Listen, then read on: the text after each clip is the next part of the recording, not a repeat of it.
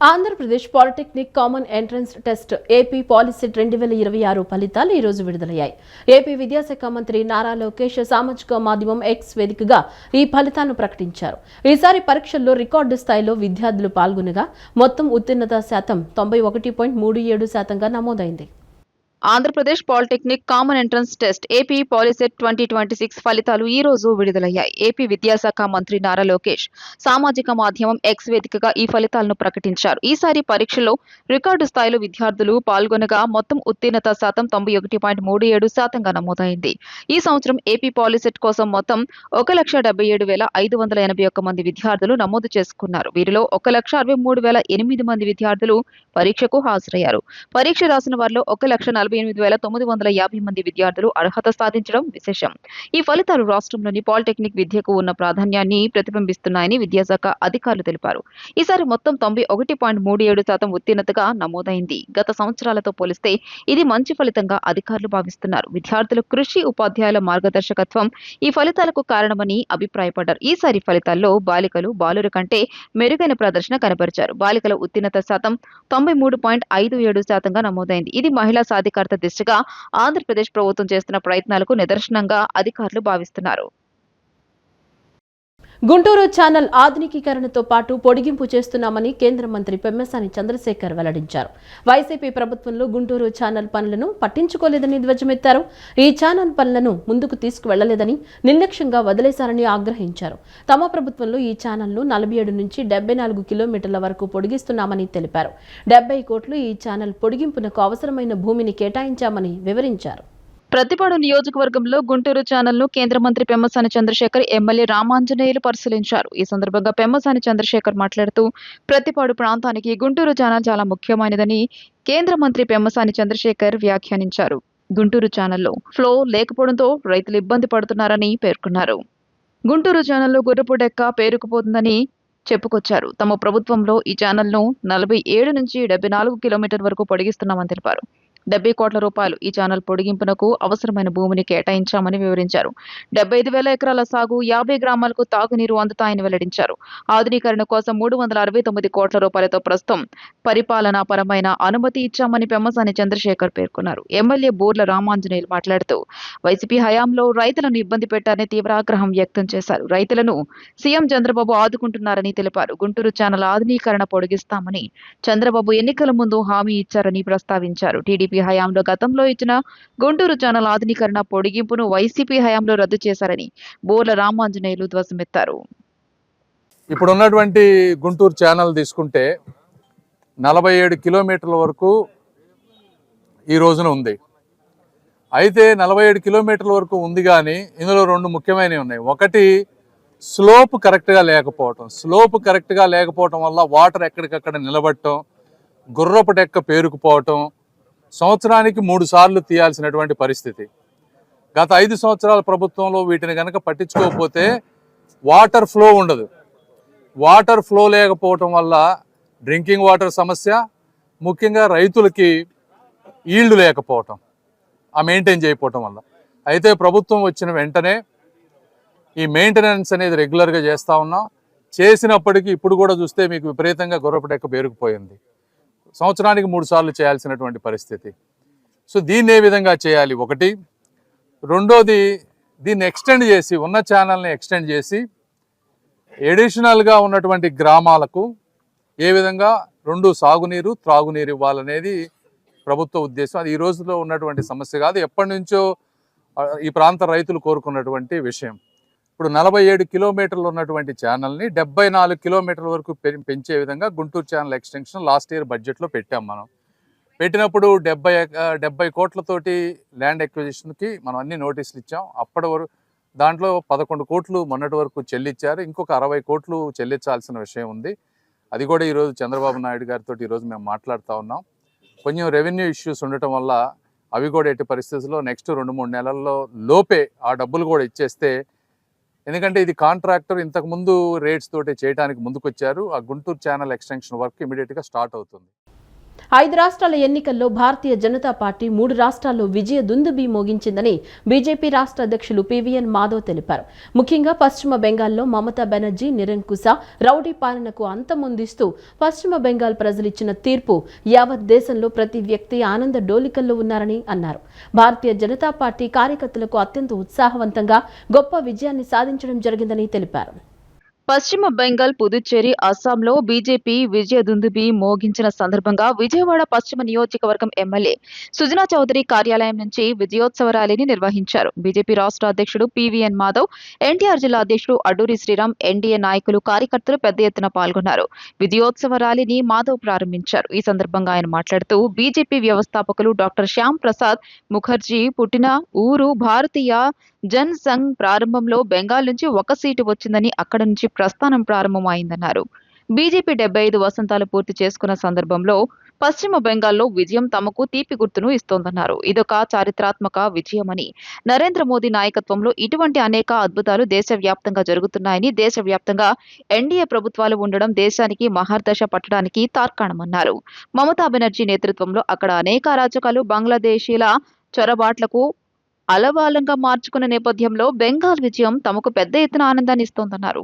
పాండిచ్చేరి, అస్సాంలో కూడా హేమంత్ విశ్వాస్ శర్మ నేతృత్వంలో అద్భుత విజయాన్ని సాధించడం జరిగిందని తెలియజేశారు. 60% ముస్లింలు ఉన్న ప్రాంతంలో కూడా బీజేపీ గెలిచిందని తెలియజేశారు. తమిళనాడులో సూపర్ స్టార్ విజయ్ మోగించిన విజయ దుందుబి కూడా గొప్ప విజయం అని అన్నారు. స్టాలిన్ నేతృత్వంలో అనేక నాస్తికవాదాలు పెరుగుతున్న నేపథ్యంలో విజయం కూడా తీపి స్మృతిగా బీజేపీ స్వాగతిస్తోందని తెలియజేశారు.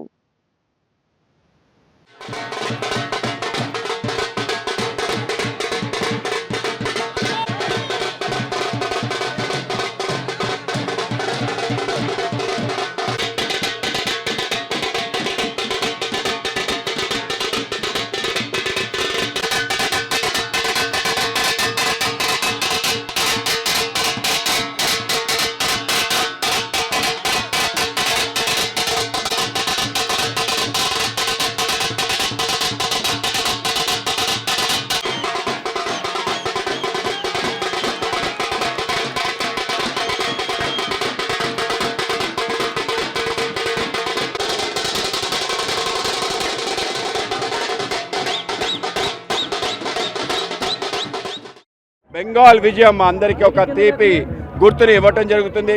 ఇది ఒక చారిత్రాత్మక విజయం. నరేంద్ర మోడీ గారి నేతృత్వంలో ఇటువంటి అనేక రకాల అద్భుతాలు జరుగుతున్నాయి. దేశవ్యాప్తంగా 20 రాష్ట్రాల్లో భారతీయ జనతా పార్టీ ఎన్డీఏ ప్రభుత్వాలు ఉండటం ఏదైతే ఉందో దేశానికి మహర్దశ పట్టిందనడానికి ఇది తార్కాణం. ఇవాళ మమతా బెనర్జీ నేతృత్వంలో అక్కడ అనేక రకాలుగా అరాచకాలు, అలాగే బంగ్లాదేశీ చొరబాటులకి ఆలవాళంగా మార్చుకున్న నేపథ్యంలో ఈ యొక్క బెంగాల్ విజయం మాకు పెద్ద ఎత్తున ఆనందాన్ని ఇస్తుంది. కనుక కార్యకర్తల మధ్యలో ఇది సంబరాలు చేసుకుంటూ అలాగే పాండిచ్చేరి, అస్సాంలో కూడా హేమంత్ బిశ్వాస్ శర్మ నేతృత్వంలో ఒక అద్భుత విజయాన్ని సాధించడం జరిగింది. అలాగే మైనార్టీస్ ఉన్నారు, భారతీయ జనతా పార్టీ దూరంగా ఉన్నారు, వాళ్ళు ఓట్లేరు అనుకునే ఇంకొక ఏదైతే భ్రమ ఉందో అది కూడా తొలగింది. సుమారు 63 స్థానాల్లో 40 స్థానాలు బీజేపీ కైవసం చేసుకోవడం జరిగింది. ప్రతి బూత్లో కూడా ముస్లింలు కూడా ఓటేయటం జరిగింది. ఆ విధంగా పెద్ద ఎత్తున ఈ యొక్క విజయం ఏదైతే ఉందో భారతీయ జనతా పార్టీ అన్ని వర్గాలకి చేరిందని, అన్ని వర్గాల వాళ్ళు అంగీకరిస్తున్నారని దానికి తార్కాణం. 60% ముస్లింస్ ఉన్న ప్రాంతంలో కూడా భారతీయ జనతా పార్టీ గెలవటం ఏదైతే ఉందో మేము ఇది ఒక చిరస్మరణీయమైన ఒక గుర్తుగా భావిస్తున్నాం. విశాఖ రైల్వే జోన్ ఏర్పాటు చేస్తూ కేంద్రం గెజెట్ నోటిఫికేషన్ జారీ చేసింది. 2026 జూన్ 1 నుంచి విశాఖ కేంద్రంగా సౌత్ కోస్ట్ రైల్వే జోన్ ఏర్పాటు చేస్తూ గెజెట్ జారీ చేసింది. గుంతకల్లు, గుంటూరు, విజయవాడ డివిజన్లను విశాఖ జోన్ పరిధిలోకి తీసుకొస్తూ కేంద్రం గెజెట్ నోటిఫికేషన్ జారీ చేసింది. విశాఖ రైల్వే జోన్ ఏర్పాటు చేస్తూ కేంద్రం గెజెట్ నోటిఫికేషన్ జారీ చేసింది. 2026 జూన్ 1 నుంచి విశాఖ కేంద్రంగా దక్షిణ కోస్తా రైల్వే జోన్ ఏర్పాటు చేస్తూ గెజెట్ జారీ చేశారు. గుంతకల్లు, గుంటూరు, విజయవాడ డివిజన్లను విశాఖ జోన్ పరిధిలోకి తీసుకొచ్చారు. దక్షిణ మధ్య రైల్వే, తూర్పు కోస్తా రైల్వే నుంచి కొన్ని ప్రాంతాలను దక్షిణ కోస్తా రైల్వేగా ఏర్పాటు చేశారు. రాయగడ డివిజన్ పరిధి స్పష్టం చేస్తూ కేంద్రం గెజెట్ విడుదల చేసింది. పలాస, ఇచ్చాపురం సెక్షన్ను, ఇచ్చాపురం, దువ్వాడ, విజయనగరం సెక్షన్ను, నౌపాడ, పర్లాకిమిడి, బొబ్బిలి, సాలూరు సెక్షన్లను, సింహాచలం, వడ్లపూడి, విశాఖ జగ్గయ్యపాలెం సెక్షన్లు, రాయగడ నుంచి కొన్ని సెక్షన్లను విశాఖ డివిజన్లో విలీనం చేశారు. అలాగే కోరాపుట్, కిరణ్ రోల్ లైన్ను విశాఖ, రాయగడ డివిజన్లకు సంయుక్తంగా కేటాయించారు.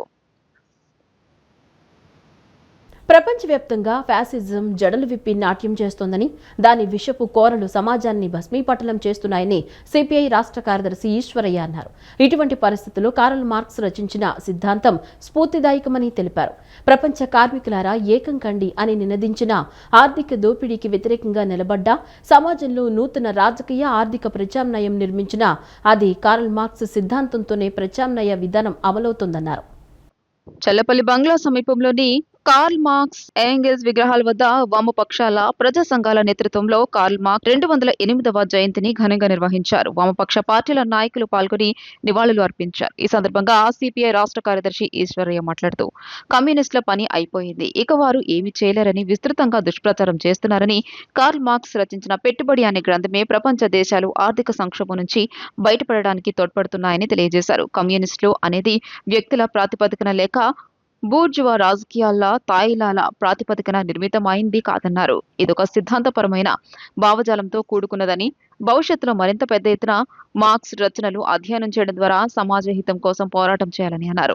కార్ల్ మార్క్స్ చెప్పిన మాటలు నేటికి చిరస్మరణీయం, అనుసరణీయం అని తెలియజేశారు.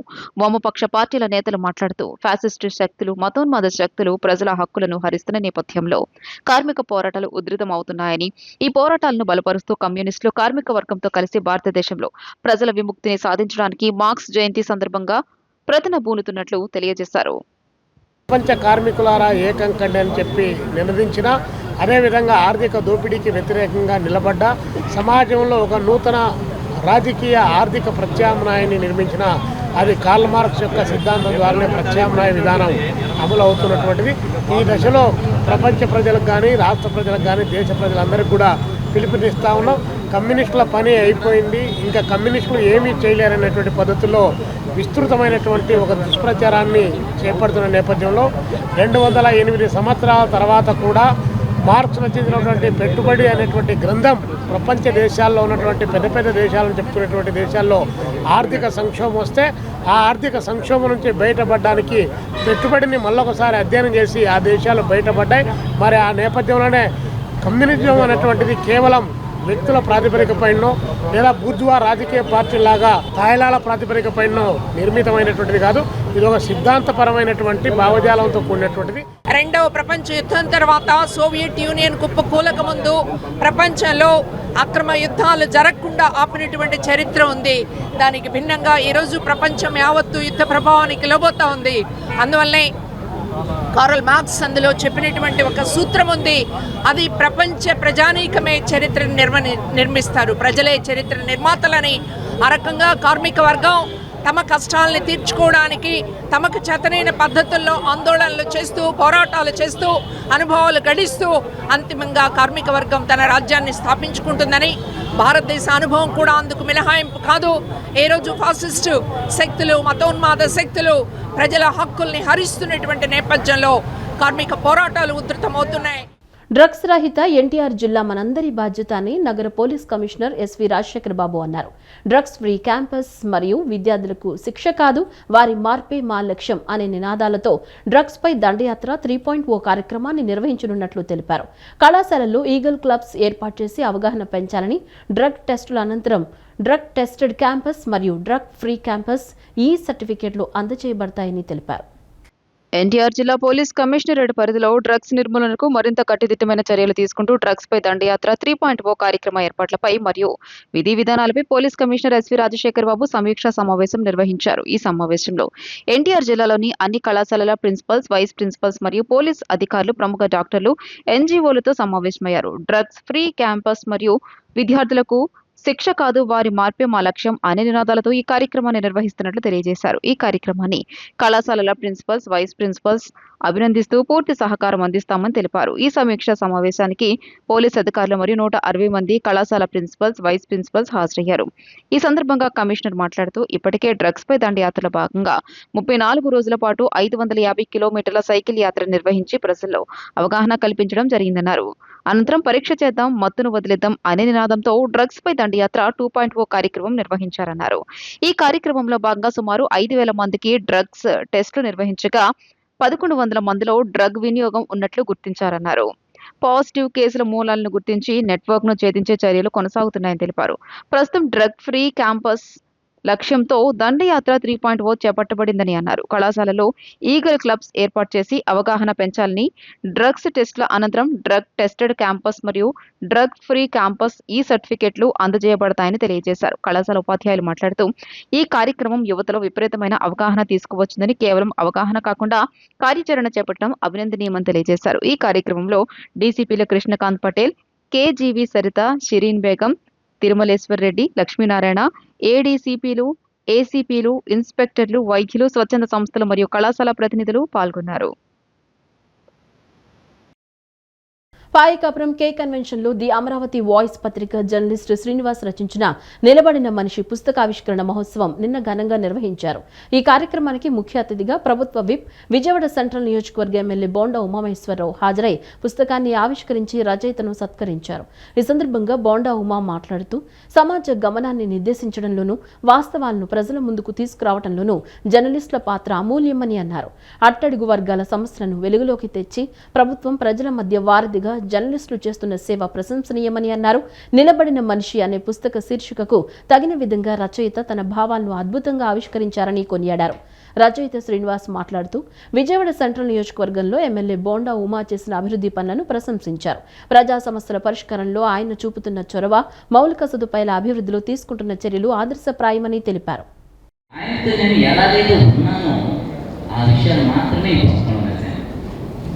నిజంగానే మనం చాలామంది నాయకులను చూస్తాం. ఎందుకు ఇప్పుడు సినిమాలలో ఎమ్మెల్యే లేకపోతే ఎమ్మెల్యే రవిచంద్ర అంటే ఎంత నెగిటివ్ థింకింగ్ ఉంటుంది. అందరికీ ఎమ్మెల్యే గారంటే భయపడుతుంటారు, ఇంకా చాలా చాలా జరుగుతుంది. కానీ నిజం చెప్తున్నాను, అది ఒక కథ మాత్రమే, అది ఒక ఓన్లీ కథ మాత్రమే. కానీ నిజాలు చాలా ఉంది. అందరూ మనుషులు ఒకలాగా ఉన్నారు, అందరు నాయకులు ఒకలాగా ఉన్నారు. కానీ ఒక నాయకుడిని నేను చూశాను. నేను ఇక్కడికి వచ్చిన తర్వాత, నేను ఫస్ట్ ఇక్కడికి వచ్చానండి.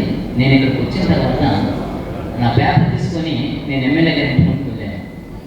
వెళ్తే వెంకటకృష్ణమోహన్ గారు ఉన్నారు.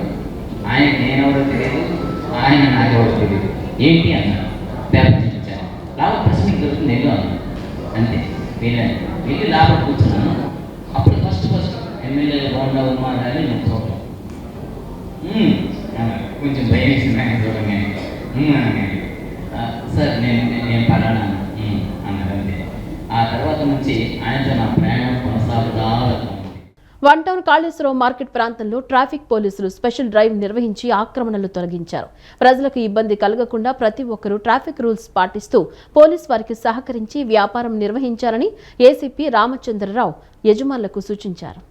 నగర పోలీస్ కమిషనర్ ఎస్వి రాజశేఖర్ బాబు ఆదేశాల మేరకు ట్రాఫిక్ డీసీపీ షిరీన్ బేగం సూచనలతో వన్ ట్రాఫిక్ ఏసీపీ రామచంద్రరావు, పశ్చిమ ఏసీపీ దుర్గారావు స్వీయ పర్యవేక్షణలో one town inspector Gunaram, one traffic inspector A Umamaheswararao వారి సిబ్బందితో కలిసి నిన్న స్పెషల్ డ్రైవ్ నిర్వహించారు. వన్ టౌన్ కాళేశ్వరరావు మార్కెట్ నుండి భవనారాయణ వీధి, చిట్టూరి కాంప్లెక్స్ స్ట్రీట్ మీదుగా బీఆర్పీ రోడ్ వరకు పరిసర ప్రాంతాల్లో రోడ్డుకి ఇరువైపులా పాదచారులకు, ద్విచక్ర వాహనదారులకు ట్రాఫిక్ కి అంతరాయం కలిగిస్తున్న వివిధ రకాలైన షాపుల వస్తువులను తొలగించి సదరు షాపుల యజమానులను పిలిచి అక్కడే కౌన్సిలింగ్ నిర్వహించారు. రోడ్డు మీద అడ్డదిడ్డంగా పెట్టి విక్రయిస్తున్న వివిధ రకాల వస్తువులను తొలగించారు.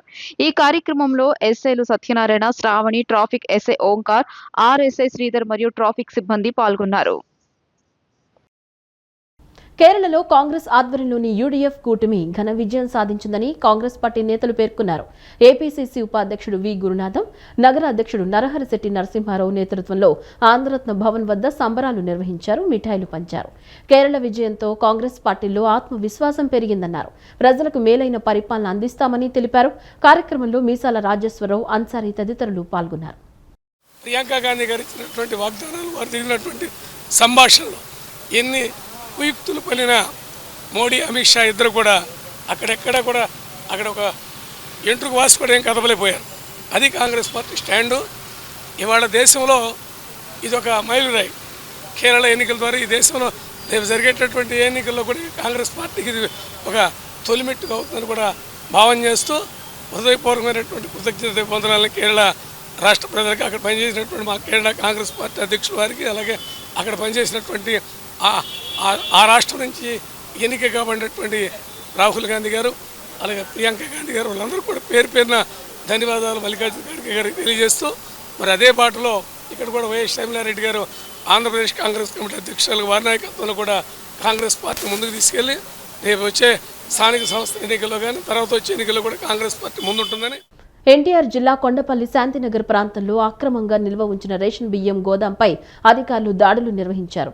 ఇబ్రహీంపట్నం పోలీసులు మరియు రెవెన్యూ శాఖ సంయుక్తంగా చేపట్టిన ఈ ఆపరేషన్లో భారీగా బియ్యం బస్తాలు స్వాధీనం చేసుకున్నారు. శాంతినగర్లోని అభినందన ఫ్లాట్స్ లో సుమారు 600 బస్తాల రేషన్ బియ్యం అక్రమంగా నిల్వ ఉంచినట్లు గుర్తించారు.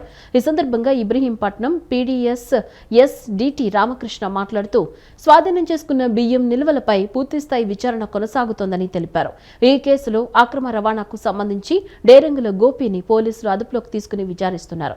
ఈ వ్యవహారంపై మరిన్ని వివరాలు త్వరలో వెల్లడిస్తామని అధికారులు పేర్కొన్నారు. విమానయాన మరియు ఆతిథ్య విద్యారంగంలో బలమైన వారసత్వాన్ని చెన్నైస్ అమృత సంస్థ కలిగి ఉందని Chennai's Amrita group of institutions chairman Bhuminathan తెలిపారు. చెన్నై, బెంగళూరు, హైదరాబాద్ మరియు విజయవాడలోని తన క్యాంపస్లలో 31,651 మందికి పైగా విద్యార్థులకు శిక్షణ ఇచ్చి ఉద్యోగావకాశాలు కల్పించిందన్నారు. ఈ సంస్థ అంతర్జాతీయ ప్రమాణాలకు అనుగుణంగా పరిశ్రమకు సిద్ధంగా ఉన్న నిపుణులను అభివృద్ధి చేయడానికి కట్టుబడి ఉందని చెప్పారు. ప్రపంచవ్యాప్త విమానయాన అవకాశాలకు నాంది పలుకుతూ చెన్నై అమృతలో ఎయిర్ ఏషియా మొట్టమొదటి క్యాంపస్ రిక్రూట్మెంట్ డ్రైవ్ ను ప్రారంభించింది. ఎయిర్ ఏషియా మొట్టమొదటిసారిగా మే 1న చెన్నై అమృత ఇంటర్నేషనల్ ఏవియేషన్ కాలేజీలో క్యాంపస్ రిక్రూట్మెంట్ డ్రైవ్ ను నిర్వహించింది. ఈ కార్యక్రమం ఆసియాలోని ప్రముఖ విమానయాన సంస్థల్లో ఒకటైన ఎయిర్ ఏషియాలో ఉద్యోగావకాశాలను నేరుగా పొందేందుకు విద్యార్థులకు అవకాశం కల్పించింది. ఈ కార్యక్రమంలో కౌలాలంపూర్లోని Air Asia red Q AOC line maintenance విభాగాధిపతి శరవణన్ రాజ్ మునిస్వామి పాల్గొన్నారు. విమానయాన రంగ వృత్తులు, కార్యాచరణ నైపుణ్యం మరియు సంస్థలోని ప్రపంచవ్యాప్త అవకాశాల గురించి విద్యార్థులకు వివరించారు. ఎంపికైన అభ్యర్థులు ఎయిర్ ఏషియాలో 6 నెలల ఇంటర్న్షిప్ చేస్తారని, వారి పనితీరు ఆధారంగా పూర్తికాల ఉద్యోగం పొందే అవకాశం కూడా ఉంటుందన్నారు. ఈ కార్యక్రమం విమానయాన రంగంలో అంతర్జాతీయ అనుభవానికి మరియు దీర్ఘకాలిక వృత్తిపరమైన అభివృద్ధికి మార్గాలను కూడా అందిస్తోందని తెలిపారు. చెన్నై అమృత group of institutions chairman Bhuminathan సమక్షంలో జరిగిన కార్యక్రమంలో మలేషియా మాజీ ఉప మంత్రి మరియు పెరాక్ రాష్ట్ర శాసనసభ మాజీ స్పీకర్ అయిన డాటో సిరి డాక్టర్ ఎస్కే దేవమణి ఒక కొత్త ఆడిటోరియంను కూడా ప్రారంభించారు. ఈ వార్తలు ఇంతటితో సమాప్తం. నమస్కారం.